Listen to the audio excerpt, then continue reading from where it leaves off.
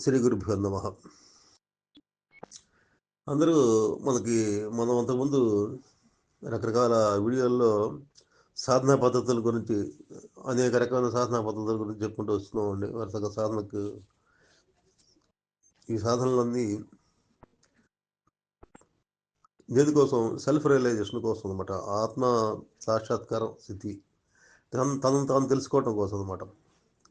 తను తను తను తాను తనకు పైన ఆవరించినటువంటి అజ్ఞానం అనేటటువంటి ఒక పొరల్ని తొలగించుకుంటే ఆల్రెడీ అందరిలో భగవంతుడే ఉన్నాడు. ఆ భగవద్ జ్ఞానం అనేది మరుగున పడి ఉందన్నమాట. దాన్ని మనం మన ప్రయత్నం ద్వారా అద్దం పైన అద్దం ముందు తొలగిస్తే మనకు ప్రతిబింబం కనపడుతుంది. అట్లాగే సూర్యుడిని ఆవరించిన మేఘాలు ఎండిపోగానే సూర్యుడు ప్రకాశిస్తాడు. అట్లాగే ఏంటంటే మనము మనసు పరిధిలో ఉండి మనం ఏం చేస్తున్నాం? ప్రపంచమైంది నేను, ఈ ప్రపంచంలో మన శరీరాన్ని నేను అని చెప్పిన భావంతో, శరీర భావంతో ఉంటారు. శరీరం నేననే భావంతో ప్రతి ఒక్కడు కూడా ప్రవర్తిస్తుంటాడు అనమాట. దానివల్ల ఏమవుతుందంటే, నేను శరీరాన్ని ఎప్పుడైతే భావన స్థిరపడుతుందో, ఆ భావన వల్ల ఏమవుతుందంటే మాయా ప్రపంచంలో మాయలో చిక్కుంటాడు. భగవంతుడి యొక్క మాయాశక్తికి చిక్కుతాడు అనమాట. కర్మలు నేను అనుకొని చేసేటువంటి ప్రతిదీ కూడా కర్మను ప్రారంభం చేస్తుంది అనమాట. కాబట్టి నేను అనుకొని చేసేటువంటి కర్మల నుంచి ఎట్లా బయటపడాలి అనేది ఇందులో మార్గం చెప్పటం అంతే. మార్గం చెప్తే ఆ మార్గాన్ని మనం ఫాలో అవడం ద్వారా మనకేంటంటే యథార్థమైనటువంటి ఆ స్థితి, మన ఒరిజినల్ స్టేట్ అనేది ఏదైతే ఉందో అది తెలుసుకోగలుగుతాం అనమాట. ఆ తెలుసుకోవడానికి మామూలుగా ఎందుకు తెలుసుకోలేకపోతారు ఇన్నాళ్ళ నుండి కూడా. ఇన్ని లక్షల జన్మలు ఎత్తిన తర్వాత కూడా మానవుడు ఇంకా అజ్ఞానంలో ఎదుర్కొన్నాడు అంటే అది ప్రారంభ కర్మలు అంటారు. ఒక రకంగా చెప్పాలంటే ప్రారంభ కర్మ వల్ల ఈ రకంగా ఉన్నాడని చెప్పేసి అంటారు. ప్రారంభ కర్మలు ఎట్లా దొరుకుతాయి అంటే ఒకటే మార్గం చెబుతారండి. సత్సంగత్వే నిస్సంగత్వం, నిస్సంగత్వే నిర్మోహత్వం, నిర్మోహత్వే నిశ్చలతత్వం, నిశ్చలతత్వే జీవన్ముక్తి. నిశ్చలతత్వం ఏదైతే ఉందో అది జీవన్ముక్తి. నిశ్చలతత్వం అంటే ఏంటంటే ఇంద్రియాలు ఇప్పుడు ప్రకృతిని మనం ఏమంటామంటే, ప్రకృతిది మన బాహ్య అంతర ప్రకృతి ఉంది, బాహ్య ప్రకృతి ఉందన్నమాట. బాహ్యంగా కనబడే ప్రకృతి అంటే ప్రపంచ రూపంలో ఉంటుందన్నమాట. అది అంతర ప్రకృతి అంటే మన బుద్ధి చిత్త అహంకారాల రూపంలో ఉంటుందన్నమాట. అంతర ప్రకృతి ఈ రెండు ప్రకృతిలో భాగాలే, అంతర ప్రకృతి బాహ్య ప్రకృతి అన్నమాట. ఈ ప్రకృతి అంటే అర్థం ఏంటంటే ప్రకృతిలో కదలిక ఉంటుందండి, చలనం ఉంటుందన్నమాట. చలనంతో కూడింది ప్రకృతి అనమాట. చలనం లేని ఏదైతే ఉందో, స్థిరంగా ఉండేది ఉందో అది శివతత్వం, పరమాత్మ స్వరూపం అన్నమాట. చలనం లేని స్వరూపం ఉంది. శక్తి ఎక్కడి నుంచి వస్తుంది? ఆ చలనం లేని స్వరూపం నుంచే శక్తి జనరేట్ అవుతుంది అనమాట. శక్తికి ఆధారం ఏది? ఆ చలనం లేని పరమాత్మ స్వరూపం ఏదైతే నిశ్చలమైనటువంటి నిర్గుణమైనటువంటి పరమాత్మ స్వరూపం ఏదైతే అది అక్కడి నుంచి శక్తి జనరేట్ అవుతుంది అనమాట. అంటే కదలిక అనేది అక్కడి నుంచి మొదలవుతుంది అనమాట. కాబట్టి ఈశ్వరుని స్థానువుగా చెప్తారు, అమ్మవారిని చైతన్యంగా చెబుతారు అనమాట. అమ్మవారి శక్తి అంటే ప్రాణశక్తి రూపంలో ఉండే మనలో దశవిధ ప్రాణాలుగా పనిచేస్తుంది. బయట బాహ్య ప్రకృతిగా వివిధ స్థాయిలో ప్రాణశక్తి వివిధ స్థాయిలు ఉంటాయండి, రకరకాల స్థాయిలో. మన 3 డైమెన్షనల్ వరల్డ్లో ఉన్నాం మనం 3 డైమెన్షనల్ వరల్డ్లో ఉన్నాం అనమాట. 3 డైమెన్షనల్ వరల్డ్లో ఇదేంటంటే మనకి మనం చూసేదానికి పరిధులు ఉన్నాయి. మన కళ్ళకి కానీ ఇంద్రియాలకు కానీ కొన్ని పరిధులు ఉన్నాయి. ఆ పరిధులు దాటి మనం చూడలేము. సూక్ష్మంగా జరిగేటువంటి ప్రక్రియలు ఏవి చూడలేము మనం. సూక్ష్మంగా ఇప్పుడు మనకు కనపడేటువంటి ప్రపంచంలో కనపడే మామూలు నామరూపాలతో కూడిన ప్రపంచం కాకుండా అతి సూక్ష్మ తరంగాలు కూడా ఉన్నాయి కదా. అతి నీలలోహిత కిరణాలు అనొచ్చు, తర్వాత రేడియో వేవ్స్ అనొచ్చు, తర్వాత ఈథర్లో మరి ఎక్కడెక్కడో ఒక ర్యాకెట్ని పంపితే ఇక్కడి నుంచి సెషన్స్ పంపితే అది క్యాచ్ చేస్తుంది. అక్కడ ఏ వైర్కి కరెంటు వైర్లు కనెక్షన్స్ ఏమి ఉండవు కదా. ఈథర్ ద్వారా ఆ తరంగాలు ప్రయాణించి దానికి ర్యాకెట్ని లోగో చేంజెస్ అనేది తీసుకొస్తాయి అనమాట. కాబట్టి ఏంటి, ప్రపంచం మొత్తం ప్రపంచం మొత్తం ఒక శక్తిలో తేలుతుంది అనమాట. ఇది మొత్తం ప్రపంచంలో ఈ గ్రహ మండలాలు కానీ మన భూమి కానీ అది శూన్యంలో తేలుతుందని చెప్పంటారు కదా. శూన్యంలో అంటే ప్రపంచం మొత్తం శక్తిమయమే. మరి అంత పెద్ద భూ ప్రపంచాన్ని బెండముక్కలాగా మరి ఏది తెలుస్తుంది? ప్రపంచంలో శక్తి అది మన శూన్యంలో కనపడుతుంది, కానీ శక్తితోటి నిండిపోయింది అనమాట. కాబట్టి శక్తిలో ఇప్పుడు సముద్రం ఉందండి. సముద్రం నిశ్చలంగా ఉంటే నీకు ఏ కదలిక లేనప్పుడు ప్రశాంతంగా ఉన్నట్టు ఉంటుంది. అందులో అలలు బయలుదేరితే అది కదలిక బయలుదేరితే కదలిక అలలను చూస్తే పెద్ద భయం, అందరికి భయం కలుగుతుంది. అంటే అలలు సముద్రానికి విడిగా ఉండగలవా? అలలు సముద్రంలో భాగమే అవి కూడా. కాబట్టి మనం ఏంటి, అలలు విడిగా చూస్తున్నంతసేపు భయం ఉంటుంది అనమాట. అలలు సముద్రం ఒకటే అని చెప్పేసి భావం మనకు వచ్చిందనుకో, అడిగిడికి తేడా లేదని చెప్పి భావం కలిగింది ఉందనుకోండి, అది ఆత్మస్థితి అంటే అదనమాట. అంటే చైతన్య స్థాయిలు, రకరకాల స్థాయిల్లో మనం పరమాత్మ స్వరూపం నుంచి చైతన్య స్థాయి బయటికి వచ్చి అది రకరకాలుగా, అది రకరకాల స్థాయిలో వ్యక్తం అవుతుంటుంది అనమాట. మనకి ఇక్కడ 3 డైమెన్షన్ వరల్డ్ కనబడుతుంది అనమాట. అట్లాగే 4th డైమెన్షన్ ఉందని చెప్పాం, టైం ట్రావెల్ ఉంటుంది అక్కడ. అంటే భవిష్యత్తులోకి వెళ్ళచ్చు, గత జన్మల్లోకి వాటిలో కూడా వెళ్ళి చూసి రావచ్చు, గత జన్మలో ఏం జరిగింది. టైం ట్రావెల్ ఉంది, ఇప్పుడు సైంటిస్టులు కూడా దాని మీద పరిశోధన చేస్తున్నారు. అట్లా 5th, 6th డైమెన్షన్స్లో ఉన్నాయండి. మొత్తం 11 డైమెన్షన్స్ ఉన్నాయని చెప్పాను. ప్రాణశక్తి యొక్క డిఫరెంట్ డైమెన్షన్స్ ఉన్నాయి. ఆ డైమెన్షన్స్ మనం దర్శించాలంటే మన ప్రాణశక్తి ఇప్పుడున్న స్థాయి కంటే ఇంకా సూక్ష్మ స్థాయిలోకి వెళ్ళాలి. అంటే ఇప్పుడున్నటువంటి స్థాయి మన ఏంటి 3 డైమెన్షన్ వరల్ని ఆ చూడటానికి మాత్రమే సరిపోతుంది. కాబట్టి మన సాధన ద్వారా మనసును ఎంత శక్తివంతం చేయాలంటే ఇంకా సూక్ష్మ స్థాయిలోకి మనం ప్రాణశక్తి కింద తీసుకోగలిగితే అప్పుడు జ్ఞానం అనేది, పరిపూర్ణ జ్ఞానం అనేది వస్తుంది. పరిపూర్ణ జ్ఞానం వచ్చేవరకు మనకి జన్మలు తప్పవు. అంటే పరిపూర్ణ జ్ఞానం ఎట్లా వస్తుందండి? పరిపూర్ణ జ్ఞానం ఎప్పుడు వస్తుందంటే ప్రాణశక్తి అత్యంత సూక్ష్మ స్థాయికి వెళ్ళాలి. ప్రాణశక్తి అత్యంత సూక్ష్మ స్థాయికి వెళ్ళాలంటే అది నేను చెప్పాను, మామూలుగా ద్వాదశాంతం వరకు ఇట్లా మన ప్రాణశక్తి యొక్క ప్రవాహం అంత సూక్ష్మ స్థాయిలోకి వెళితే కానీ ద్వాదశాంత చివరిలో ఉన్నటువంటి ఆ స్థితికి మనం ఆ ప్రాణశక్తిని తీసుకెళ్ళగలిగితే, అంత సూక్ష్మ స్థాయికి తీసుకెళ్ళగలిగితే అప్పుడు మనకి పరిపూర్ణంగా మనకి యథార్థ మూలంలో మనం చేరుతాం అనమాట, మూలానికి వెళ్తాం అనమాట. అక్కడ ఇంకా అటాచ్మెంట్స్ ఏముండవు. ఇక దీనికి తీసుకెళ్లే మార్గమే యోగం అన్నాడు. యోగం అంటే ప్రాణశక్తిని అత్యంత సూక్ష్మ స్థాయిలోకి తీసుకెళ్ళేటటువంటి ఒక విధానం అన్నమాట. కాబట్టి ఆ విధానాన్ని మనం ఫాలో కావాలంటే, అంటే ఆ సూక్ష్మ స్థాయిలో ఆ విధానం తెలియజెప్పేటువంటి ఒక గురువు కావాలండి.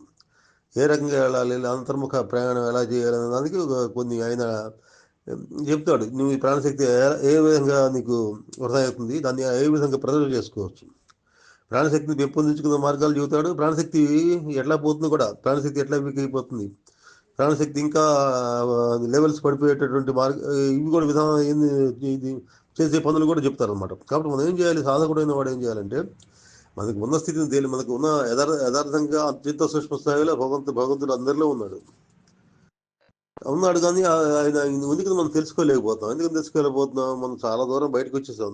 మనం 11th నుంచి 10th 9th 8th అట్లా. ఇప్పుడు మనం అక్కడ 3rd డైమెన్షన్లో ఉన్నాం మనం. కాబట్టి ఈ 3rd డైమెన్షన్ అది గ్రాడ్యువల్ డెవలప్మెంట్ వల్ల ఈ 3rd డైమెన్షన్ కింద వచ్చాము. డెవలప్మెంట్ లేకపోతే ఇంకా లోయర్కి వెళ్తాం అనమాట. కాబట్టి ఇప్పుడు మన పై స్థాయికి వెళ్ళాలంటే మనం ఏ రకంగా సాధన చేయాలంటే సత్సంగము.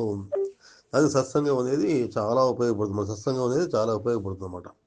కాబట్టి ఈ సత్సంగంలో ఏం జరుగుతుందండి, ఒక సిద్ధ గురువు కానీ, ఒక సాధకుడు, ఒక సాధనలో ఉన్నతమైన స్థితికి వెళ్ళినటువంటి గురువు గారు కానీ ఏం చేస్తాడు, ఆయన చెప్పేటువంటి ఒక చిన్న సాధన పద్ధతులు చెప్పడం ద్వారా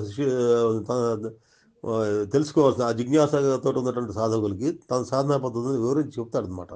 ఇలా చేస్తే నీ ఎనర్జీ లెవెల్స్ పెరుగుతాయి, ఈ రకంగా చేయటం వల్ల ఈ రకంగా నువ్వు గడపమని చెప్పి, ఈ రకంగా నీ ఈ వ్యక్తిత్వ వికాసం అనేది ఇట్లా చేసుకోవాలని చెబుతాను అనమాట. చేసుకున్నప్పుడు మీకు వ్యక్తిత్వ వికాసం అనేది కలుగుతుంది అనమాట.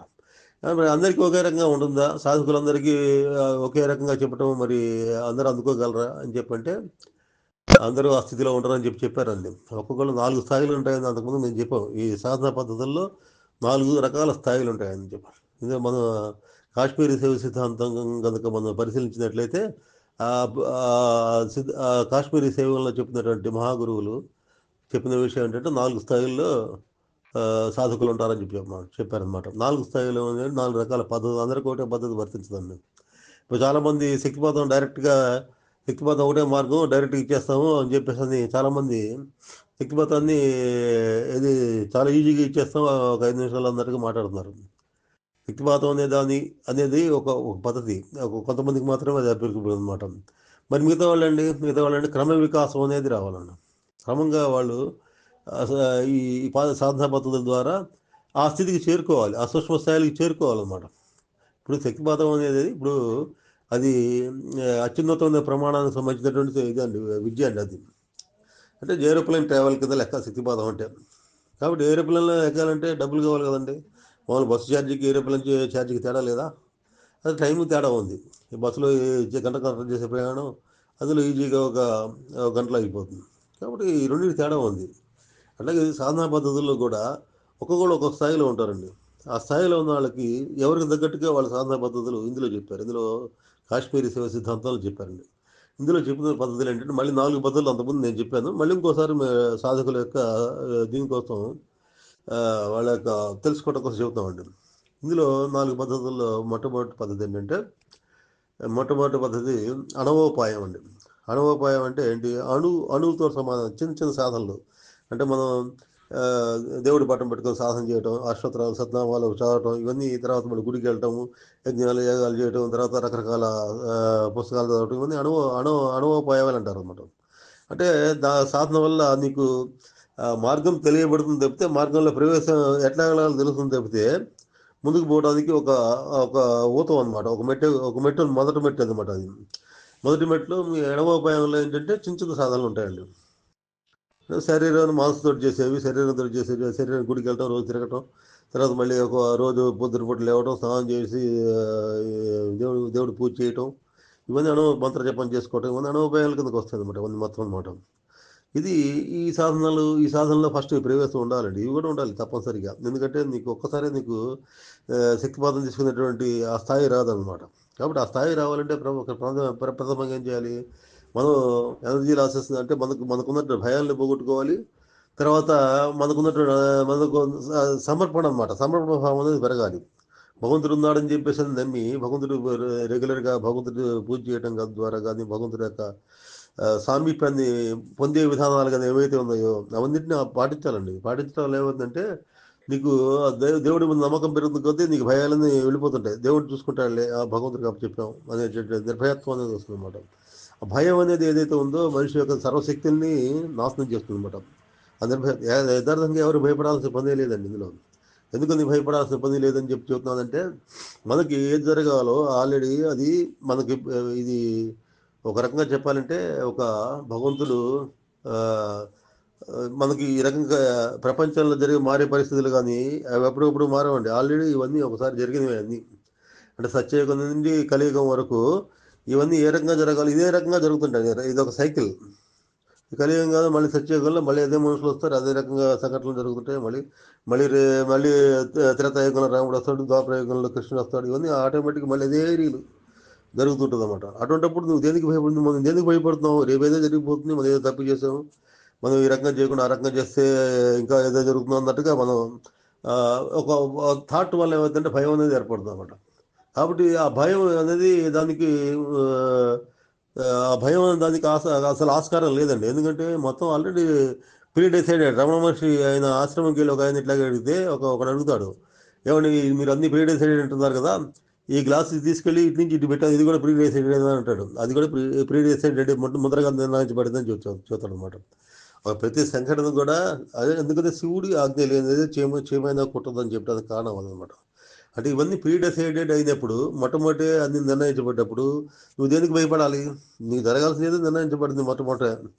కాబట్టి నీకు జరగాల్సింది నిర్ణయించబడింది కాబట్టి దాన్ని మార్చుకునేటువంటి మనం మనం దాన్ని అనుభవించటం ద్వారా దాన్ని మనం ప్రారంభాన్ని కరిగించుకోవచ్చు అండి.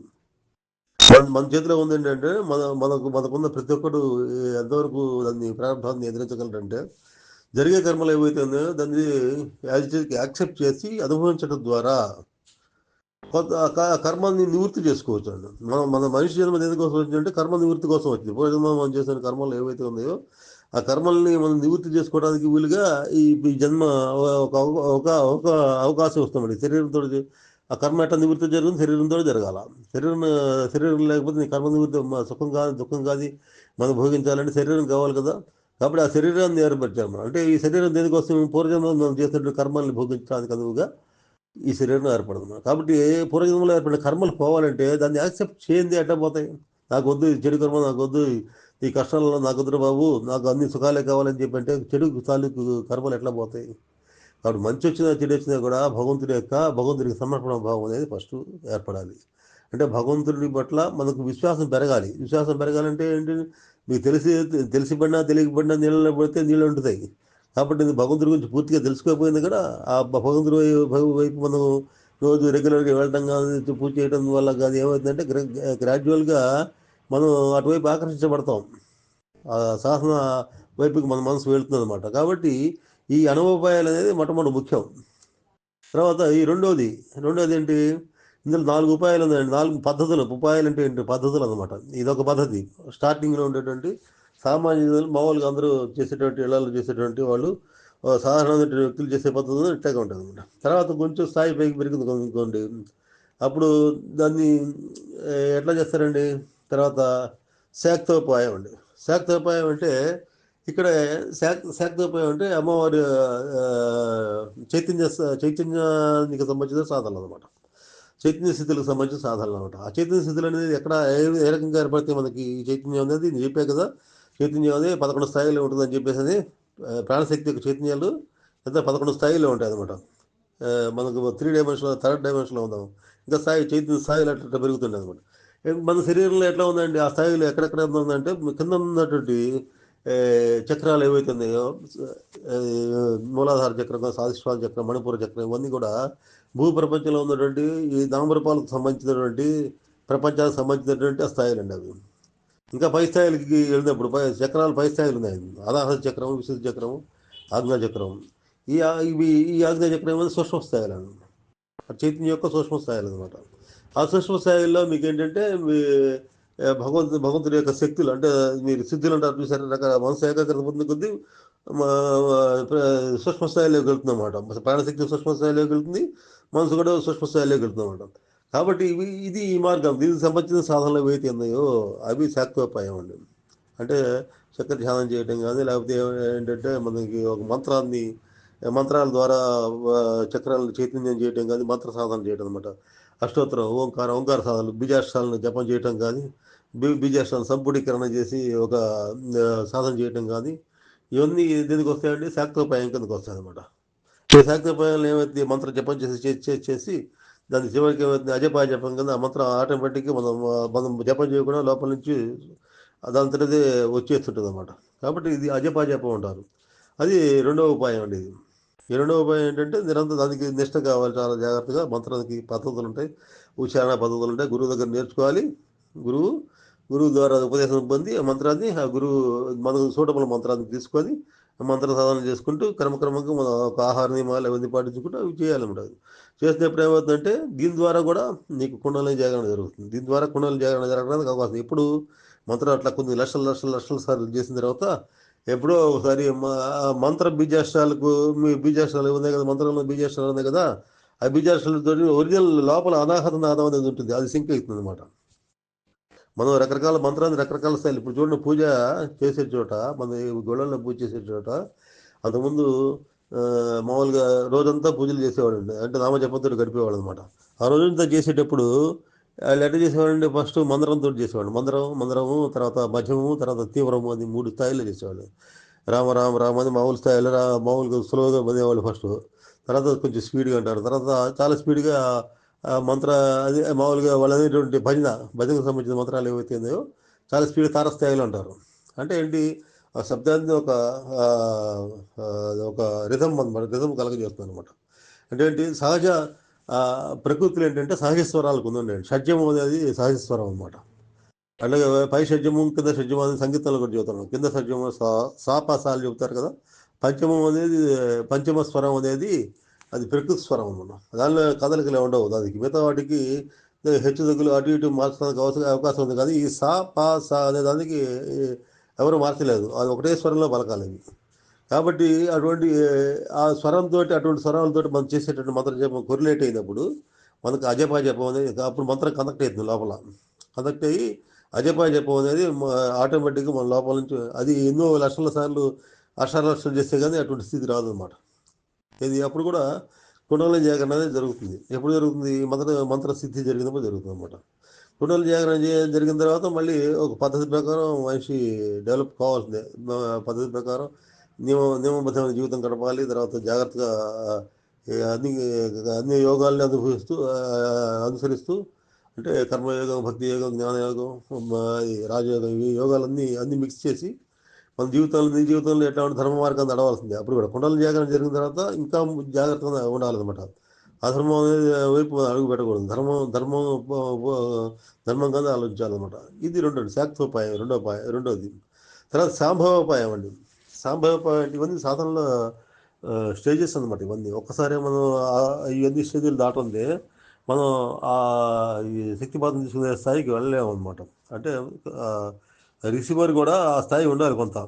ఆ శక్తిపాతం గ్రహించేటువంటి స్థాయి కూడా వాడికి కూడా ఉండాలన్నమాట.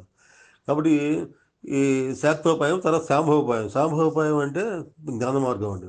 అంటే నిత్యానిత్య వివేచన చేయడం. అంటే ఆత్మ సత్యం, జగన్మిథ్య అంటారు కదా. జగన్మిథ్య అంటానికి లేదు. కాశ్మీర్ శైవ సిద్ధాంతంలో మొత్తం ఆత్మే ఉంది. సమస్తం ఆత్మే. అన్ని చోట్ల అన్ని అణువులో పరమస్వరూపమే ఉందన్నమాట. కాబట్టి ఏంటి జగత్తు ఇప్పుడు మనకు కనబడేటువంటి జగత్తు 3 డైమెన్షన్లో వాళ్ళనేది ఇంతవరకు మనం చూస్తున్నంత వరకు మన ఇంద్రియాల పరిధిలో వరకు కరెక్టే. కానీ ఆ ఇంద్రియాలు అంతర్ముఖం పరిచయం చేసినప్పుడు ఇది సత్యం కాదు. ఇది ప్రపంచంలో రకరకాల స్థాయిలు ఉన్నాయి. సూక్ష్మ స్థాయిలు కూడా అనమాట. కాబట్టి మనం ఏదైతే సత్యం అనుకుంటున్నామో మన స్థాయి ప్రాణశక్తి స్థాయిలు మారితే అది అసత్యం. అంటే క్రమంగా ఉదత్తికి వెళ్తున్న కొద్దీ పరిపూర్ణ స్థితికి వెళ్తున్న కొద్దీ ఒక్కొక్క మెట్టు ఎక్కామండి. మేడ మీదకి ఎక్కితే మేడ మీద నుంచి చూసినప్పుడు అన్నింటినీ చూడగలుగుతాం. కింద ఉన్నప్పుడు నీకు నీ యొక్క నాలెడ్జ్ లిమిటెడ్ అనమాట. పై స్థాయికి వెళ్ళినప్పుడు పై మెట్టుకి వెళ్ళినప్పుడు చివరికి వెళ్ళినప్పుడు నీకు అంతే అర్థమవుతుంది. ఏం అర్థమవుతుంది? ఈ మెట్లు దేనితో చేయబడింది, మేడ పైన రూఫ్ కూడా అదే మెట్టు మొత్తం ఒకటే అని చెప్పింది అర్థమవుతుంది అనమాట. ఈ ఇల్లు మొత్తం ఒకటే సిమెంట్ ఇటుకలతోటి కట్టారని చెప్పి అప్పుడు అర్థమవుతుంది అనమాట. లేకపోతే ఈ మెట్టు దాటుకుంటే ఇది వేరు, ఇది కాదు అని చెప్పేసి ఒక్కొక్కటి దాటుకుంటూ వెళ్ళావు. చివరికి ఏమవుతావు? చివరికి వెళ్తే మొత్తం టాప్కి వెళ్ళినప్పుడు అప్పుడు అర్థమవుతుంది నీకు ఏది కాదున్నావు అది కూడా భగవంతుల్లో భాగమే అని చెప్పేసి అర్థమవుతుంది అనమాట. ఇదే అద్వైత స్థితి అనమాట. కాబట్టి ఆ స్థితికి వెళ్ళినప్పుడు మనకేంటంటే ఈ ఆత్మ అనేది మొత్తం సర్వత్రా వ్యాపించిందని చెప్పేసి మనకు అర్థమవుతుంది అనమాట. ఆత్మస్థితి అనేది అర్థమవుతుంది అనమాట. అప్పుడు ఆ స్థితికి తీసుకెళ్లేది ఏంటంటే సాంభవోపాయం అండి. శాక్తోపాయం, సాంభవోపాయం అనమాట. సాంభవోపాయం అంటే ఇది పద్ధతి అనమాట. జ్ఞానానికి సంబంధించిన పద్ధతి అనమాట. అంటే రమణ మహర్షి లాంటి జ్ఞానులు చెప్పినటువంటి ఈ మార్గం అనమాట. నేనెవరు తెలుసుకోమంటాడు. నేనంటే ఎవరు తెలుసుకోమంటాడు. నేనంటే ఏంటి? నేనంటే శరీరానా, ఆత్మదా? నేనంటే శరీరానా, మనసుదా, బుద్ధిదా? ఏది కాదు. శరీరం కాదు, మనసు కాదు, బుద్ధి కాదు. ఇవన్నీ మారిపోతుంటాయి. ఇవి అనేది జాగ్రత్త స్వప్న సుషుప్తి స్థితుల్లో ఉండవు. అవి లేని స్థితి ఒకటి ఉంది. జాగ్రత్త స్వప్న సుషుప్తి గాఢనిద్ర సుషుప్తిలో ఉంది. ఇవన్నీ ఉంటాయా? బుద్ధి, మనసు, శరీరం ఇవన్నీ వీటి స్పృహే ఉండవు అనమాట. కాబట్టి ఇవి దేని కాదు. ఏది మరి ఈ 3 అవస్థలను చూసేటటువంటి పై అవస్థ తురియ స్థితి ఉందన్నమాట. ఆ తురియ స్థితిలో ఉండే ఆత్మ నేనని చెప్పేసింది. అది ఈ రకమైనటువంటి భావం ఏదైతే ఉందో అది జ్ఞానానికి సంబంధించిందండి. పరిపూర్ణ జ్ఞానానికి సంబంధించింది అనమాట. ఇది శాంభవోపాయం అంటారు. శంభుడుని ఉపాసించే పద్ధతి అనమాట. శివుడిని ఉపాసించే పద్ధతి అనమాట. ఇది పరిపూర్ణ జ్ఞానానికి సంబంధించింది అనమాట. కాబట్టి ఇప్పుడు ఆయన శివుడి చేతిలో త్రిశూలం ఉంటుందండి. త్రిశూలంకి అర్థం ఏంటి? త్రిశూలానికి 3 మొనలు ఉంటాయి. 2 మొనలు పక్కకు తిరిగి ఉంటాయి. ఒక మొన స్ట్రైట్గా ఉంటుంది అనమాట. అదేంటంటే ఈడా పింగళ సుషుమ మార్గాలు సృష్టించేటటువంటి యోగ పద్ధతి అనమాట. అది మధ్యలో ఉండేది ఏదైతే ఉందో అది సూక్ష్మ మార్గం అనమాట. అది అటు సైడ్స్కి ఉండేది ఏంటంటే కుడిముక్కు ఎడముక్కలు అనమాట. ఇప్పుడు త్రిశూలం అంటే ఏంటి? త్రిశూలం త్రిగుణ అంటే ఈ త్రిశూలం అంటే ఏంటి? యోగంలో ఉన్నటువంటి ఎప్పుడు శివుడు యోగ స్థితిలోనే ఉంటాడు అనమాట. కాబట్టి త్రిశూలం అనేది ఆయన ఆయుధం అనమాట. త్రిశూలం ఆ రకంగా చూడాలన్నమాట. త్రిశూలం సింబాలిజం అనమాట. అట్లాగే మన శివుడి చేతిలో జింక ఉంటుంది. జింక ఒక చేతిలో 2 వేలతో అట్లా పట్టుకుని ఉంటాడు. అంటే మనసుని జింక అంటే అటు ఇటు పరిగెత్తుంటుంది పొద్దుగులు. మనసు కూడా అటు ఇటు పరిగెత్తుంటుంది అనమాట. కాబట్టి మనసును నిశ్చలం చేసి యోగ సాధన ఈ పద్ధతి ద్వారా ఏది ఇడా పింగళ సుష్మ ఈ ఇడా పింగళని సంతులనం చేయడం ద్వారా సుష్మ మార్గంలోకి ప్రవేశించి మనకి ఆ సుష్మ మార్గం ఏంటి? మన మూలాధారం నుంచి శిరస్సు దాకా చివరి వరకు ఉంటుంది. మిగతావి ఈ ఇడా పింగళ నాళ్ళు ఆగ్నేయ చక్రం దగ్గర ఎండైపోతాయి అవి. కానీ ఇది మాత్రం సుష్మ మార్గం మాత్రం సహస్రారం వరకు అది ఈ ప్రాణశక్తి అందులోకి ప్రవేశించి సహస్రారం వరకు డైరెక్ట్గా వెళ్ళిపోతుంది అనమాట. ఇది యోగ సాధన పద్ధతి. యోగ సాధన పద్ధతిలో మనం ఏంటంటే ఈ మార్గాలను అనుసరించడం ద్వారా మనకేమవుతుందంటే మనకి ఈడాపింగళం నాడడం ద్వారా జరిగేటువంటి ప్రాణ ప్రసార శక్తులు ఏవైతుందో అవి సంతులనం చెందుతాయి. సంతులనం అంటే సమస్థితికి వస్తాయి అనమాట. సమస్థితికి వచ్చి ఎప్పుడు లోపల ఏకాగ్ర స్థితిలో ఏర్పడి ఎప్పుడైతే సుష్మ మార్గం అనేది అందులో ప్రాణశక్తి ఎంటర్ అయ్యి క్రమక్రమంగా బయలుదేరుతుంది. ఇది యోగ సాధన విధానంలో ఇది అనమాట. దీనికి నేను ఇందాక చెప్పాను, నేను ఎవరైనా మార్గం అనేది చెప్పారు కదా ఆయన. అది చెప్పింది మరి ఎందుకు మరి చాలామంది రమణ మహర్షి చెప్పినటువంటి ఉపాసన గురించి చాలామంది ఆయన భక్తులు ఉన్నారు. చాలామంది ఇప్పటికి కూడా లక్షలు రమణాశ్రమంకి వెళ్తుంటారు. మరి అరుణాచలేశ్వరుని దర్శిస్తుంటారు, అని గిరిప్రదక్షిణలు చేస్తుంటారు. మరి ఈ చేసేటువంటి ఈ వ్యక్తులు మరి ఎందుకని మార్పు రావట్లా? మరి ఆయన అందరిలో మార్పు రావాలి కదా. మరి ఆయన చెప్పి నేనెవరైనా తెలుసుకోవాలి కదా, నేనెవరైనా తెలుసుకొని అందరిలో సమూలమైన మార్పు రావాలి కదా. మార్పు ఎందుకు రావట్లేదంటే కారణం అది. మార్పు ఎందుకు రావట్లేదంటే ఏదైతే మీరు ప్రాక్టికల్గా మీరు ఏదైతే తెలుసుకుంటున్నారో, అంటే మా పుస్తకాల ద్వారా కానీ గురువు ద్వారా కానీ ఏదైతే తెలుసుకున్నారో అది ఆచరణలోకి పెట్టలేదు అనమాట. నేను ఎవరైనా తెలుసుకోవడం, నేను అనేది యథార్థమైన తెలుసుకోవడానికి మిథ్యాన్ని వదులుకోవాలండి. మిథ్యాన్ని వదులుకోవాలంటే నీ అహంకారం వదులుకోవాలి. అహంకారమే మిథ్యా. నేను అనేటువంటి నేను నేను శరీరంతో ఐడెంటిఫై కావటం మిథ్యాన్ని అనమాట. నేను నాది శరీరంతో ఐడెంటిఫై కావటం ఏంటి? నా శరీరము, నేను, నా పిల్లలు, నా కుటుంబము, నా బంధువులు, నా స్నేహితులు అని చెప్పేసి ఈ భావనలు అనమాట. ఈ భావనలు వదులుకోకుండా నువ్వు ఎన్నిసార్లు గిరిప్రదక్షిణ చేస్తే ఉపయోగం ఉందా? ఎన్నిసార్లు అరుణాచలేశ్వరుడిని దర్శించుకున్నా కూడా జ్ఞానం అనేది కలుగుతుందా? కాబట్టి నిర్జీవితం ఎట్లా ఉండాలంటే, నిర్జీవితంలో ఈ భావన ఏది నేననే భావాన్ని, నేను అహంకారంతో కూడినటువంటి దేహాత్మ భావన వదులుకునేటువంటి సాధన చేయాలండి. 10 మందిలోకి వెళ్ళాలండి, 10 మందికి మేలు చేసే పనులు చేయాలండి. అందరూ మనవాళ్ళే అనుకోవాలి. అందరి నేను చెప్పేది యోగికి ఏంటంటే ప్రేమతత్వం అనేది ఉంటుంది అన్నమాట. ప్రేమ, విశ్వం మీద ప్రేమ ఉంటుంది. అట్లాగే ఏంటంటే మనం ఎంతసేపు మనకు బాడీకి లిమిట్ అయిపోతాం, బాడీ కాన్షియస్నెస్కి లిమిట్ అయిపోతున్నాం. ఆ బాడీ కాన్షియస్నెస్ లిమిట్ అయ్యి మనం ఎన్నాళ్ళు విన్నా కూడా ఉపయోగం లేదండి. ఇవన్నీ ఎన్ని ఎన్ని విచారాలు చేసినా నేను ఎవరని చెప్పి అనుకుంటే నేనెవరండి అది అనుకోవటం అది దీని కింద మిగిలిపోతుంది. ఏది నేను అనేటువంటి ఆ భావన కిందకి మిగిలిపోతుంది. కాబట్టి మనసు పరిధిలో ఉంటుంది కాబట్టి హృదయ పరిధికి రారుదండి. హృదయ పరిధికి వచ్చినప్పుడు మాత్రమే మనిషిలో మార్పు వస్తుంది. హృదయ పరిధికి రావాలంటే ఏంటి? నేనే భావన వదులుకొని నిస్వార్థంగా మనిషి మారాలండి. చేసే పనిలో స్వార్థం ఉండకూడదు, చేసే పనిలో అహంకారం ఉండకూడదు. నేనేదో అహంకారం లేకుండా చేయగలిగేటువంటి ఆ సాధనలు చేయాలండి. చేసిన తర్వాత నేను ఎవరైనా ఎంక్వైరీ చేయాలి. అంతేగాని ఒక్కసారి ఈ మూడో స్థితికి వచ్చేసాను, నేను ఎవరిని నాకు తెలిసిపోయింది, నేను ఆత్మని, లోపల ఆత్మ ఉంది, ఇవన్నీ నా శరీరంతో ఇవన్నీ మామూలుగా టెంపరీగా చెబుతారండి. అందరూ చెప్పడానికి ఇంట్లో ఖాళీగా కూర్చొని చెబుతారు. అదే ఒక యాక్షన్లోకి దిగిన తర్వాత ఈ డబ్బులు విషయాలకు వచ్చేటప్పటికి ఎవరన్నా ఈ భావం ఉంటుందా? నేను, నా పిల్లలకు కావాలి, 10 లక్షల కోట్ల ఆస్తి సంపాదిస్తాడండి, ఎవడన్నా ఎవరికన్నా ఒక రూపాయి పెడుతున్నాడండి ఎవడన్నా? అక్కడ రమణ మహర్షి ఆశ్రమం గురించి నేనెవరిని పుస్తకాలు చదివితే ఉపయోగం ఉందా? కాబట్టి నేను అనేటువంటి అహంకారం పోవాలంటే మనిషిలో యథార్థ స్థితి, నేను అనేటువంటి ఆత్మ, నేనంటే ఆత్మస్థితి లేదంటే నీ అనాత్మ అయినటువంటి ఈ మానసిక పరిధి నుంచి మనిషి బయటికి రావాలా. బయటికి రావాలంటే అదే సాధన అంటే. సాధన అంటే ఏంటి? మనకు స్వార్థం వదులుకోవటం, నిస్వార్థంగా మారటం, తర్వాత చక్కగా 10 మంది మేలు కోరుతూ యజ్ఞకర్మలు చేయడం, తర్వాత మనలో ఉన్నటువంటి అది చెడు ఏదైతే ఉందో అది నేను నాదైన స్వార్థం ఏదైతే ఉందో, నేను నా వాళ్ళు అందరికీ సమానంగా చూడటం, ఇవన్నీ అలవాటు కావాలండి. అప్పుడే నీకేంటంటే నేను అనేది అప్పుడు అర్థమవుతుంది. కాబట్టి ఈ మూడో స్థితి కూడా కష్టమే. ఎందుకంటే ఈ మూడో స్థితికి దీని గురించి మనం జ్ఞాన మార్గం ఉంటారు కదా, పొద్దుగులు నేనెవరిని చెప్పి అనుకుంటే అది ఎంక్వైరీ కిందకి మిగిలిపోతుందా. నీకు అది యాక్షన్కి వచ్చేటప్పటికి అన్ని మర్చిపోతాం. కాబట్టి అంత ఈజీ కాదు. నేను ఎవరిని అంటే నేను ఆత్మస్థితిలో ఉంటాం అనేది అంత ఈజీ ఇదైన స్థితి కాదనమాట. మీరు నెమ్మదిగా అది చేయంగా ప్రతి పందిలో కూడా అది జ్ఞాపకం పెట్టుకోవాలి. నేను ఆత్మది, అవతల వాళ్ళలో కూడా ఆత్మ ఉంది, వాడిని అనవసరంగా అనకూడదు, వాళ్ళు ఆత్మ ఉంది, నేను అనవసరంగా రియాక్ట్ కాకూడదు అని చెప్పేసి అనేది అది నిరంతరం జ్ఞాపకం ఉండాలి. అది జ్ఞాపకం ఉంటుంది. కాసేపు అనుకుంటాము, రమణ మహర్షి గారు చెప్పారు కాబట్టి నేను ఆత్మది, కాబట్టి నేను ఆత్మని అని చెప్పి అనుకుంటే నీకు ఏమన్నా అకేషన్ వచ్చినప్పుడు, పరిస్థితుల్లో తేడా వచ్చినప్పుడు ఏమన్నా రియాక్షన్ మొదలవుతుంది, స్వార్థం మొదలవుతుంది. నేను స్ట్రగుల్ ఫర్ ఎగ్జిస్టెన్స్ అంటారు, మళ్ళీ ఎందుకు చేస్తూ ఉంటారు వాళ్ళు. కాబట్టి ఆ స్థితి రావాలంటే, ఈ స్థితి రావాలంటే జ్ఞానులకే సాధ్యం అండి. జ్ఞానస్థితికి రావాలి.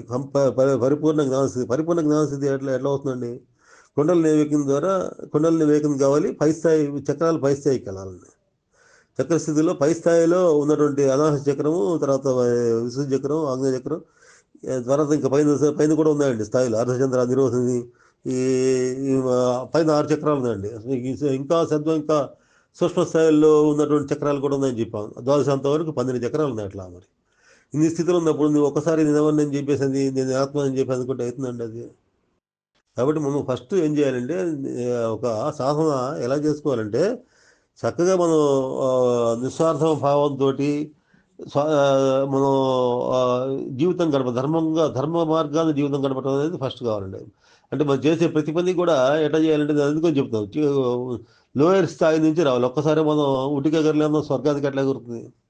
కాబట్టి మనం పొద్దుగురు మనం ఈ హైర్ సాధనలు ఇవన్నీ ఏది సాంభవోపాయం, తర్వాత అణవోపాయము, వీటి అణవోపాయం గురించి చెప్పలేం కదా నేను. సాంభవోపాయం గురించి చెప్పాను. 4వది ఏంటంటే అణవోపాయం అండి. అణవోపాయం అంటే ఈ డైరెక్ట్ శక్తిపాతం ఉండేది. ఈ శక్తిపాతం అంటే డైరెక్ట్గా గురువు సిద్ధ గురువు అయి ఉండాలి. తర్వాత ఏంటంటే శిష్యుల్లో కూడా జన్మల సంస్కారాలు, మంచి సంస్కారాలు ఉండాలండి. ధర్మబద్ధంగా గడుపుతున్న వ్యక్తి అయి ఉండాలి వాడు కూడా. వాడు ఏంటంటే కొంత జిజ్ఞాస అయి ఉండాలండి. అంటే వైరాగ్యం రావాలి. ఈ ప్రపంచంలో ఇవన్నీ దెబ్బలు తింది ఎప్పుడుకో మనిషికి ఎప్పుడో వైరాగ్యం వస్తుందన్నమాట. ఆ వైరాగ్య స్థితిలో ఎవరైతే ఉన్నారో అటువంటి వాడికి సద్గురు కృప కలిగినప్పుడు వాళ్ళలో డైరెక్ట్గా శక్తిపాతం జరగడానికి అవకాశం ఉందండి. అంతేగాని వీడు పాపం కానీ పుణ్యం కానీ ఎక్కువగా ఉన్న వాళ్ళు ఉంటారు చూసారా, వాళ్ళు శక్తిపాతానికి పనికిరారండి. పాపకర్మలు ఎక్కువగా ఉన్నాయనుకోండి, ఎక్కువగా ఉంటే కర్మలు భోగించడానికి వాడు మరి శక్తిపాతం ద్వారా ఎట్లా దాని ముక్తి ఎట్లా పొందుతాడు? శక్తిపాతం అనే శక్తి మరి పాపకర్మలు అనుభవించకుండా శక్తి జగన్ అనేది జరగదు. అట్లాగే పుణ్యకర్మలు ఉన్నాయనుకోండి, పుణ్యకర్మలు ఎక్కువగా ఉన్నాయనుకోండి, వాడు ఇటువైపు రానే రాడు. వాడికి అన్ని సౌకర్యాలు వస్తుంటాయి. దేనికోసం ఇవన్నీ చేసేది? సుఖం కోసం కదా. కాబట్టి సుఖాలు ఆల్రెడీ వస్తున్నాయి వాడికి. కాబట్టి అటువైపు వచ్చే వాడు మనసు అటువైపు తిరగదు వాడికి. ఈ లోకంలో జరిగే ఇవన్నీ సుఖాలను వదులుకోవడానికి వాడు ఇష్టపడ్డాడు అనమాట. కాబట్టి ఇద్దరు శక్తిపాదానికి పనికిరారు. పాపం ఉన్నా పుణ్యం ఎక్కువ ఉన్నా కూడా ఇద్దరు పనికిరారు. పాప పుణ్యాలు సమస్థాయిలో ఉండేవాళ్ళే పనికొస్తారు. అంటే అటువంటి సమస్థాయిలో ఉన్నప్పుడు ఏం జరుగుతుందంటే, ఇప్పుడు గురువు ఏం చేస్తాడంటే వీడికి ఈ స్థితి పాప పుణ్యాలు సక్రమంగా ఉంటామంటే నీకు ఒక సమస్థితి అనమాట. సమతుల్య ఒక ఈజీగా, అంటే దాన్ని గ్రాఫ్ చేసే స్థితిలో ఉంటాడు. శక్తి ఇచ్చినా కూడా గ్రహించే స్థితిలో ఉంటాడు అనమాట. అది ఇవి ఎనర్జీ లెవెల్స్లో డిఫరెన్సెస్ ఉన్నప్పుడు ఏమవుతుందంటే నీకు ఎనర్జీ ఏదైతే మనకి ఇచ్చినా కూడా ఏమవుతుందంటే గురువు దగ్గర నుంచి శిష్యుడికి ఒక ప్రసారం అనేది ఉండదు అనమాట. నెగిటివ్ ఎక్కువ ఉందనుకోండి, దానివల్ల ఇచ్చినా కూడా వెనక్కి తిరిగి వచ్చేస్తుంది. పాజిటివ్ లేదు వాడి దగ్గర. పాజిటివ్ ఎక్కువ ఉన్నా కూడా, పాజిటివ్ శక్తి ఎక్కువ ఉందనుకోండి, పాజిటివ్ అంటే నేను అనుకొని చేసే కర్మలు. పుణ్యం అంటే ఏంటంటే నేను అనుకొని చేసే కర్మలు అనమాట. నేను అనుకొని చేసే కర్మలు ఉన్నప్పుడు అసలు ఇటువైపు రాడు. గురువు మీద అసలు విశ్వాసం ఉండదు వాడికి. విశ్వాసం లేనప్పుడు నీకు శక్తి ప్రసారం కూడా జరగదు. ఏముంది లేవాడు, డబ్బుల కోసం చేస్తాడు, మన కోసం గురువుగారు ఏం చెబుతా చేస్తాడు అనే భావం ఉండేటప్పుడు భక్తి ఉండదు వాడికి. కాబట్టి అటువంటి వాడికి కూడా శక్తి ప్రసారం జరగదు అనమాట. ఈ పాప పుణ్య సమస్థాయిలో ఉంటాయి చూసారా, అటువంటి వాడికి శక్తిపాతం ఉపయోగపడుతుంది అనమాట. కాబట్టి అటువంటి శక్తిపాతం జరిగినప్పుడు ఏమవుతుంది, శక్తిపాతం చేసేప్పుడు ఏమవుతుందంటే వాడి స్థాయిని అనుసరించి జన్మలు చేసినటువంటి సాధన అనుసరించి ఒక్కొక్కరు ఒక రకంగా ఒక్కొక్క స్థాయిలో శక్తిపాతం జరుగుతుంది. కొంతమంది శారీరక స్థాయిలో జరుగుతుంది, కొంతమంది మానసిక స్థాయిలో జరుగుతుంది, కొంతమంది తత్కాలం ఆ క్షణమే వాడికి ముక్తి అనేది వస్తుంది అనమాట. జనక మహారాజు లాగా అనమాట. గుర్రపు డెక్కలో గుర్రపు రికాబులు కాలు పెట్టి పైకి ఎక్కే లోపల నీకు జ్ఞానం కలగాలని చెప్పి కలుగు చేసేవాళ్ళు కావాలంటాడు ఆయన. అష్టావక్ర మహర్షి వచ్చి కలుగు చేస్తాడు అనమాట. కలుగు చేస్తాడు. ఎందుకని ఆ జనకుడు ఆ స్థాయిలో ఉన్నాడు, ఈయన సిద్ధ పురుషుడు కాబట్టి ఆయన సంకల్పం ద్వారా ఆ సంకల్పం ఆయన మీద ఎంబడే పనిచేసి ఎంబడే ఆ క్షణాన్ని సిద్ధుడవుతాడు. అందరూ ఆ స్థాయి ఉందంటే ఆ స్థాయి అందరూ అదే కోరుకుంటారు. నెత్తి మీద చేయబడటం కాదు, మనకు అన్ని వచ్చేసేయాలన్న స్థితిలో వచ్చేయాలన్నట్టు మాట్లాడుతున్నారు అనమాట. దానికి తగ్గటువంటి స్థాయి ఉండాలన్నమాట. రకరకాల స్థాయిలు ఉంటాయి. ఇప్పుడు ఎనర్జీ, ఇప్పుడు శక్తిపాతం ఎట్లా జరుగుతుందంటే నేల బొగ్గు ఉంటుందండి. నేల బొగ్గుని ఎంత కొడితే కానీ అది అంటుకోదు అది మామూలుగా. అంటే ఎండుకట్లు ఉంటాయండి, ఎమ్మడే తేలిగ్గా అంటించవచ్చు. ఎండిపోయి ఉంటాయి కట్టలు, బాగా తేలిగ్గా అంటే పచ్చి కట్లు ఉంటాయి, అసలు మండవు అవి. అట్లాగే నేల బొగ్గు ఉంది అనుకోండి, చాలా కొడితే కానీ ఇలా అట్లాగే తుపాకీ మందు ఉందనుకోండి, అందరూ రవ్వ పడంగా టక్ మీద పేలిపోతుంది. ఇవన్నీ ఆ నిపుణమే భగవంతుడు ఇచ్చేది. కొంచెం శక్తిపాతం ద్వారా వచ్చేది ఏంటంటే కొంత శక్తి వస్తుంది అన్నమాట. ఆ శక్తి దాన్ని రిసీవింగ్ మెటీరియల్ ఏదైతే మెటీరియల్ ఎట్లా ఉంటుందో ఆ మెటీరియల్ని బట్టి ఉంటుంది అనమాట. ఎండుకట్లయితే తొందరగా ఉంటాయి, తుపాకీ మంది అయితే టప్పన వెంబడి అంటుకుంటుంది. అది పచ్చికట్లు అంటుకోవు ఎంత కొట్టినా. నేల బొగ్గు కొట్టంగా కొట్టంగా కొట్టంగా అది ఎప్పుడు కానీ అది ఇది కాదు అవుతుంది అనమాట. శక్తిపాతాలు కూడా అటువంటి స్థాయిలు ఉంటాయి అనమాట. అన్ని అందరూ శక్తిపాతం చేసేది అందరూ అనుకుంటారు శక్తిపాతం ద్వారా డైరెక్ట్ నాకు ఎలివేషన్ వస్తుంది, అన్ని సిద్ధులు వచ్చేస్తాయి అనుకుంటారు అనమాట. ఆ గురువు దగ్గర ఆ స్థాయి ఉండాలి, శిష్యుడి దగ్గర కూడా అదే స్థాయి ఉండాలి అనమాట. కాబట్టి శక్తిపాతం అనేది దానికి మనం దానికి దానికోసం మనం తప్పించి గురువుని ఎత్తుక్కొని చేసేదానికంటే కూడా మనం క్రమంగా మన యొక్క పాత్రని పెంచుకునేటువంటి పద్ధతి చేసుకోవాలండి. పాత్రత ఎట్లా పెరుగుతుంది? ఎనభోపాయం నుంచి సమభోపాయం నుంచి శాక్తోపాయం నుంచి సంభవోపాయంకి సమభోపాయం నుంచి శక్తిపాతం తీసుకునే స్థాయికి మనిషి వెళ్ళాలన్నమాట. వెళ్ళేటువంటి ఆ స్థాయిలు కాశ్మీరీ సేవలో ఈ 4 స్థాయిలు చెప్పారండి.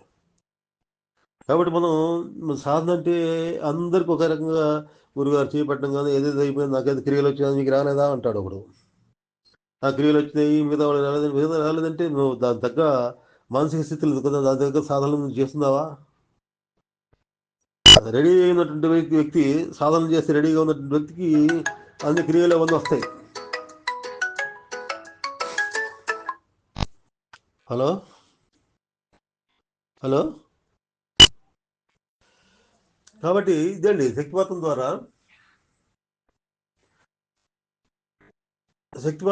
ఏం జరుగుతుంది? శక్తిపాతం ద్వారా రకరకాల స్థాయిల్లో జరగడానికి అవకాశం ఉందండి. శక్తిపాతం అంటే అందరూ డైరెక్ట్గా గురువుగారు చేపట్టంగా నాకు అది మార్పు రావాలన్నట్టుగా చాలామంది భావిస్తుంటారు అన్నమాట. అట్లా రాదండి. అది మామూలుగా సాధకుడి యొక్క స్థాయిని అనుసరించి ఇచ్చేటువంటి గురువుగారు అందరికి పట్ల సమానమైనటువంటి ఇది చూపించినప్పటికి కూడా సిద్ధ గురువు అనమాట. సిద్ధ గురువు అందరి మీద సమానమైనటువంటి కరుణ చూపించినప్పటికి కూడా రిసీవర్ని బట్టి ఆ శక్తిపాతం యొక్క స్థితులు ఉంటాయండి. ఒకసారి దీక్ష తీసుకున్న తర్వాత ఏ స్థాయిలో శక్తిపాతం అయితే అదే స్థాయిలో అక్కడి నుంచి మళ్ళీ మొదలు పెట్టాలి మనం సాధన. కొంతమందికి లోయర్ చక్రాస్ నుంచి మొదలైంది అనుకోండి. లోయర్ చక్రాస్ నుంచి మొదలైతే ధర్మ మార్గాన్ని జాగ్రత్తగా ఆ, నిష్కామ కర్మ చేయటం కానీ, తర్వాత మళ్ళీ భక్తి మార్గం ఇవన్నీ అనుసరిస్తూ యమ నియమాలు అనుసరిస్తూ ధర్మబద్ధంగా జీవిస్తూ క్రమంగా మనం ఆ స్థాయిని పెంచుకోవచ్చు అండి. క్రమంగా మనం ఉన్నత స్థితికి వెళ్ళడానికి అవకాశం ఉంటుంది అన్నమాట. కాబట్టి ఇవన్నీ ఏంటి? ఇవన్నీ ఆ, ఆ, మరి ఈ స్థాయిలన్నీ మరి తెలుసుకునేదాకా గురువు యొక్క సహకారం అనేది తప్పనిసరి అనమాట. గురువు అని వదిలిపెట్టకూడదు. దీక్ష తీసుకొని చాలామంది ఏం చేస్తుంటారంటే ఇంకా కనెక్షన్ కట్ అయిపోతుంది. ఇక వాళ్ళు పెద్దగా దాని గురించి ఆలోచించారు అనమాట. ఆలోచించకుండా ఇంకా దీక్ష తీసుకున్న తర్వాత రోజు చేసుకుంటే సాధన చేసుకుంటే సరిపోతుందని చెప్పేసి అనమాట. కానీ గురువుతోటి నిరంతరం సంపర్కం పెట్టుకోవడం అనేది తప్పనిసరిగా ఉండాలి. ప్రతి ఒక్కరికి ఉండాలి అనమాట. ప్రతి ఒక్కరిలో ఉండాలి అది. ఎందుకని గురువు యొక్క ఇదేంటంటే మనకు సంకల్ప శక్తి అనేది ఈ, హైయర్ స్టేజ్లో ఉండదు. గురువుకి సంకల్ప శక్తి అనేది ఒకటి ఉంటుందండి. ఆ సంకల్ప శక్తి ద్వారానే సూక్ష్మ స్థాయిలో ఉన్న కుండలి శక్తిని గురువు ఆ, ప్రేరేపిస్తారనమాట. స్పర్శ ద్వారా, చూపు ద్వారా, వాక్ ద్వారా ఏం జరుగుతుందంటే ఎదుటి సాధకుల్లో ఉన్నటువంటి ప్రాణశక్తి లెవెల్స్లో మార్పు వస్తాయి. ఆ మాట వింటున్నప్పుడు కానీ, సత్సంగం ద్వారా మాటలు వింటున్నప్పుడు కానీ, తర్వాత మరి స్పర్శ ద్వారా, దీక్ష ఇవ్వటం ద్వారా ఏమైందంటే మన లోపల ఉన్నటువంటి సూక్ష్మ స్థాయిలో ఉన్నటువంటి శక్తులు యొక్క ప్రేరేపణ జరుగుతుంది అన్నమాట. అది జరిగినప్పుడు అది ఆ సంకల్ప శక్తితో పాటు ప్రాణశక్తి ప్రవాహం అనేది ఉంటుంది. నిరంతరం గురు శిష్యుల మధ్య సంబంధం ఉన్నప్పుడు ఏం జరుగుతుందంటే ప్రాణశక్తి ప్రవాహాలు ఏ, ఒకరి నుంచి ఒకరికి అక్కడ ప్రాణశక్తి ప్రవాహాలు అనేది మారుతూ ఉంటాయి. మార్పు ఉంటుంది అన్నమాట. అట్లాగే మనకి ఇప్పుడు సిద్ధ గురువుల గురించి మన గురు పరంపరలో ఉన్నటువంటి సూక్ష్మ స్థాయిలో ఉన్న సిద్ధ గురువుల గురించి తెలుసుకుంటున్నాం అనుకోండి. ఆ సిద్ధ గురువుల నుంచి కూడా మనకి ఎనర్జీ లెవెల్స్ అనేది నిరంతరం మన సాధన కూర్చొని ముందర ఆ సిద్ధ గురువుని తలుచుకోమంటారు. ఎందుకు తలుచుకోమంటారంటే ఆ సిద్ధ గురువుల దగ్గర నుంచి కూడా మనకు కనెక్షన్ ఉంటుంది. ఎందుకంటే ఈ ప్రాణశక్తి ఇంకో స్థాయిలో వాళ్ళు ఉన్నారు. ప్రాణశక్తికి డిఫరెంట్ లెవెల్స్. ఎవరు యాక్చువల్గా మనం అనుకుంటా చనిపోయారు అనుకుంటా, చనిపోయటం కాదు. వాళ్ళు డిఫరెంట్ స్థాయిలు. ఇప్పుడు మన లోకాలు ఉన్నాయి కదా, ఇలా జ మహాలోకం, జనలోకం, తపోలోకం, అది రకరకాల లోకాలు ఉన్నాయి. ఆ లోకాల్లో మన ఈ సిద్ధ గురువులు ఉంటుంటారండి. వాళ్ళు అక్కడ కూడా సాధన చేస్తుంటారు అనమాట. అక్కడ కూడా వాళ్ళ సాధన కొనసాగుతుంటుంది అనమాట. కాబట్టి ఈ సూక్ష్మ స్థాయి గురువుల యొక్క అనుగ్రహం మనకి లభిస్తుంది అనమాట. ఏ రకంగా వాళ్ళు తలుచుకోవడం ద్వారా ఎట్లా వస్తుందండి అంటే తలుచుకోవడం ద్వారా ప్రాణశక్తి వాళ్ళ ఒక రూపాన్ని ధ్యానించడం ద్వారా కానీ, వాళ్ళ యొక్క నామాన్ని తలుచుకోవడం ద్వారా కానీ ఏమవుతుందంటే మీకు ఆలోచనతో పాటు ప్రాణశక్తి కూడా అక్కడ దాకా కనెక్ట్ అవుతుంది అనమాట. కాబట్టి సిద్ధ గురువుల యొక్క అనుగ్రహం కూడా మీకు అట్లా లభిస్తుంది అనమాట. కాబట్టి గురు పరంపరలో ఉన్నటువంటి సాధకులు సాధన మొదలుపెట్టే ముందర తప్పనిసరిగా సిద్ధ గురువును తలుచుకోవాలి. సిద్ధ గురువును తలుచుకోవాలన్నమాట. కాబట్టి ఈ దీక్ష తీసుకున్నటువంటి అందరూ వ్యక్తులు చేసేటువంటి పొరపాటు ఏంటంటే ఆ దీక్ష తీసుకొని వదిలేస్తారు. ఇంకా ఎప్పుడో ఒకసారి గురువు జ్ఞాపకం ఉంటే తలుచుకోవడం లేకపోతే లేదు అనమాట. నిరంతరం మన సాధనకు కూర్చునే ముందర ప్రతిసారి కూడా ఆ గురువు పరంపరను తలుచుకోవాలి. ఆ సిద్ధ గురువులు వాళ్ళు రాసిన పుస్తకాలు కానీ, వాటికి సంబంధించినటువంటి వాళ్ళు చెప్పిన మార్గం కానీ నిజ జీవితంలో పాటించడానికి గురువు గురువుకి సేవ చేయడం అంటే ఫిజికల్గా చేయడం కాదండి. వాళ్ళు చెప్పిన మాటల్ని మనం యాజిటీగా ఫాలో కావడమే. అందులో కొన్ని మాటలు కనీసం అన్నీ కాదు, కొన్ని మనం ఫాలో వాళ్ళు చెప్పేటువంటి ధర్మం ఏం చెప్తున్నారు, ధర్మంగా బతకమని ఆ ధర్మాన్ని మన జీవితంలో పాటించగలిగేటువంటి స్థాయి మనం డెవలప్ చేసుకోవాలన్నమాట. కాబట్టి ఇది గురు పరంపర ద్వారా, సిద్ధ గురువుల ద్వారా, తర్వాత కుండలిని యాక్టివేషన్ అనేది ఎలా జరుగుతుంది దానికి ఈ 4 స్థాయిలో ఉంటుందండి. కాబట్టి ప్రతి ఒక్కళ్ళు ఇప్పుడు ఏంటంటే డైరెక్ట్గా అనుపాయం ఉంటుంది. దాన్ని ఇదేందో ఉంటారు, శక్తిపాతం ఉంటారు, అనుపాయం ఉపాయం లేదు అనమాట. ఈ పద్ధతి లేదు దానికి. గురువు అట్లా చూడంగానే శక్తిపాతం జరిగిపోతుంది, గురువు అట్లా ఆగనంగానే శక్తిపాతం జరిగిపోతుంది, ఒక మాట అనగానే అయిపోతుంది అనమాట, నెత్తి మీద చేయబెట్టగా జరిగిపోతుంది అనమాట. కాబట్టి ఇది అనుపాయం అంటారు దీన్ని. ఈ అనుపాయం కావాలంటారు అందరూ. ఏది రామకృష్ణ పరమహంస వివేకానంద స్వామికి ఎట్లయితే ఆశీర్వదించంగా నిర్వికల్ప స్థితి వస్తుంది, మాకు అటువంటి స్థితి రావాలంటారు. ఎట్లా వస్తుంది? ఆయన రామ వివేకానంద స్వామి అంటే ఆయన ఒక బ్రహ్మ ఋషుల్లో ఒకడు, సప్త ఋషుల్లో ఒకడు. సాధన మార్గంలో ఉన్న ఆయన, ఎంతో తపోలోకంలో ఉన్న ఆయన్ని రామకృష్ణ పరమహంస కిందకి దిగి రమ్మంటాడు కిందకి. ఈ మానవాళికి శ్రేయస్సు కోసం ఆయన వస్తూ తనతో పాటు వివేకానంద స్వామి తీసుకొస్తాడు కిందకి. అంత ఆయన సిద్ధగురువు ఆయన అంత స్థాయిలో ఉన్న ఆయనకి అట్లా టచ్ చేయగానే మార్పు వస్తుంది. అందరిలో ఎలా వస్తుంది ఆ మార్పు? అందరూ మనం ఆ స్థాయిలో ఉన్నామా? అందరూ రామకృష్ణ పరమహంస స్థాయిలో గురువులు ఉంటారు, వివేకానంద స్వామి స్థాయిలో శిష్యులు ఉంటారు అనమాట. కాబట్టి వాళ్ళని అదే గుర్తులు దృష్టిలో పెట్టుకొని అదే అందరూ పాటించేస్తూ అందరు నెత్తిపై చేసి పెట్టు శక్తిపాతాలు చేసేస్తూ గందరగోళం చేస్తారన్నమాట. కాబట్టి ఈ స్థాయి ఇటువంటి ఈ పద్ధతులన్నీ వేస్ట్, ఇవన్నీ దీనివల్ల ఏం ఉపయోగం లేదన్నమాట. మనం ఈ ఈ మార్గం ఏదైతే ఉందో ఇది 10,000 సంవత్సరాల క్రితం చెప్పినటువంటి మార్గం ఇది. మన కాశ్మీర్ సేవంలో ఉన్నటువంటి తంత్రాలోకంలో గ్రంథంలో కానీ, తర్వాత మహర్షుల కాశ్మీర్ సేవజనంలో ఉన్నటువంటి మహర్షులు రాసినటువంటి పుస్తకాల్లో కానీ ఉన్నటువంటి విధానాలు ఇవన్నీ. వాళ్ళు చెప్పిన విధానాలు, నేను చెప్పిన 4 విధానాలు అవి. ఏది అనుపాయము, సంభవోపాయము, శాక్తోపాయము, తర్వాత అణవోపాయం. ఈ 4 పద్ధతులు చెప్పారు వాళ్ళు. ఈ 4 పద్ధతులు క్రమ వికాసం ద్వారా మనం ఆ స్థాయికి చేరుకోవాలి తప్పితే డైరెక్ట్గా మనం ఫైనల్ స్థాయిలో ఉన్నటువంటి శక్తిపాతం ఆశించకూడదండి. కాబట్టి ఇది ముందర మనం ఇవన్నీ ఈ స్థాయిలో ఏమవుతుందో అన్నీ తెలుసుకోవాలంటే మనం ఏంటి సాధన చేయాలి. సాధన చేసి మన స్థితిగతులు మెరుగుపరుచుకోవాలి. చక్కగా మన ఆలోచన విధానం మెరుగుపరుచు మన యొక్క మనసు సూక్ష్మ స్థాయిలో తీసుకెళ్ళేటువంటి సాధనలు చేయాలి. మన శారీరకంగా కూడా మనం ఫిట్నెస్ అనేది సంపాదించాలి. కాబట్టి ఇవన్నీ ఉన్నప్పుడే మీకు అటువంటి స్థాయిలు, పై స్థాయిలో ఆశించాలి తప్పితే ఒక్కసారే మనం డైరెక్ట్గా మనం ఆ స్థితిని ఆశించకూడదు. ఆశిస్తే ఏం జరుగుతుంది?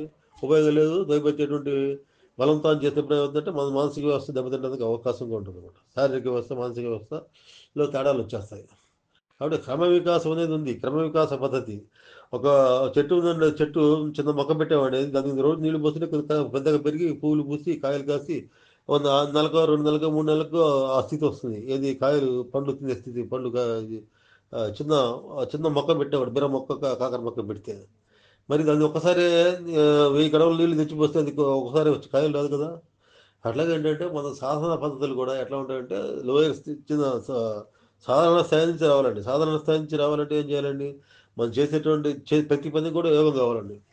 యోగ పద్ధతులు చేయాలి. యోగ పద్ధతులు చేయాలంటే ఏంటండి?